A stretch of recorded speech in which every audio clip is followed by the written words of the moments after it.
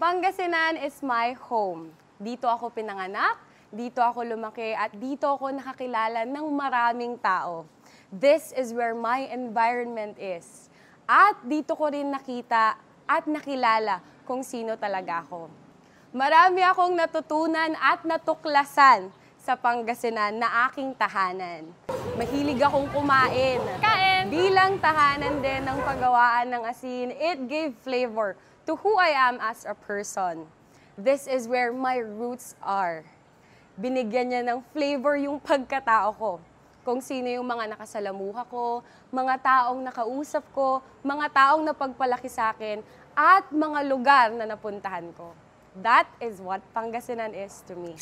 My most unforgettable experience in Ganda Mo, Pangasinan, definitely my first episode featuring the beautiful municipality, my municipality of Santa Barbara, kung saan nakilala ko pa ng mas malalim ang aking bayan at nakapunta ako sa ibang mga pasyalan dito sa aking bayan. Natuto rin ako kung paano ang proseso ng paggawa ng kilalang produkto ng aming bayan na bricks. Bukod pa dito, binisita din namin yung Holy Family Parish kung saan mayaman na kasaysayan ang kanyang ino-offer sa tao.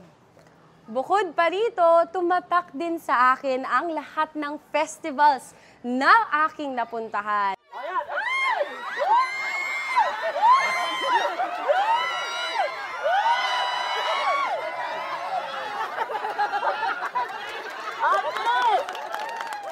At isa na rito ang Pakwan Festival sa Bani, Pangasinan. Talagang naipakita ng mga festival na ito ang pagkakaisa ng mga mamamayan.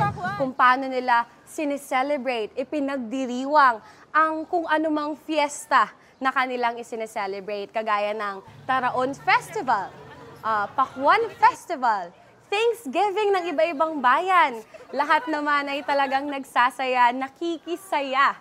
At talaga namang nakikilahok ang bawat mamamayan sa hinandang aktibidad ng bawat bayan. Isang ang tunay at worth-keeping na experience ang masaksihan ang Fiesta ng Pakwan dito sa bayan ng Bani, Pangasinan.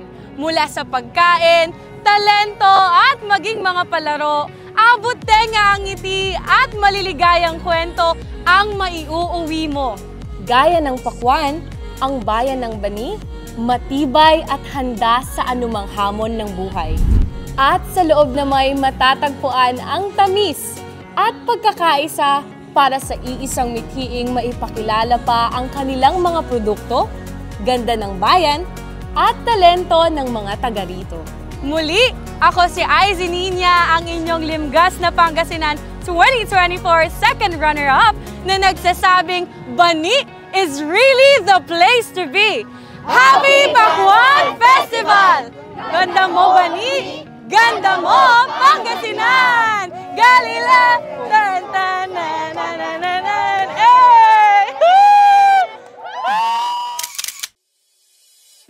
Refreshingly sweet na nakakapawi ng init.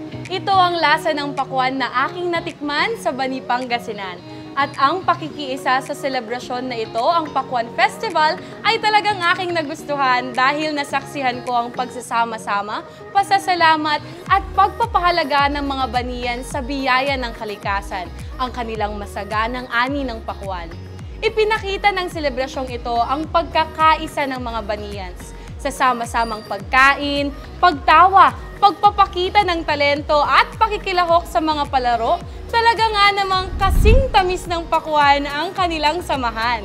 Pinaka na-enjoy ko rito ang Pakwan Cook Fest dahil naipakita nito ang pagiging resourceful ng Baniyan sa paghalo ng pakwan sa iba't ibang ulam at pagkain.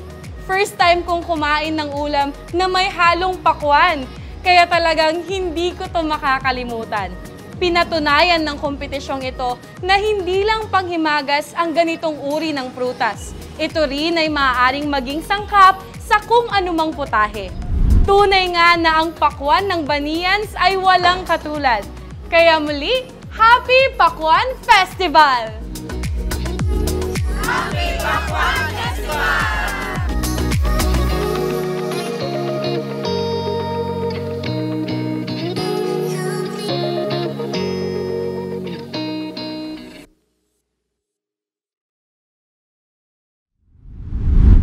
I'm truly excited to know more about Pangasinan, to visit the people, talk with them. Ang pakikipag-usap sa mga mamamayan na nakikilahok sa bawat programa, sa bawat piyesta, sa bawat aktibidad. Sa pakikipagkwentuhan, pakikipagtawanan, doon natin malalaman kung sino talaga ang mga tao sa mamamayang iyon at malalaman kung paano sila nagpapayabong ng kanilang kultura at tradisyon.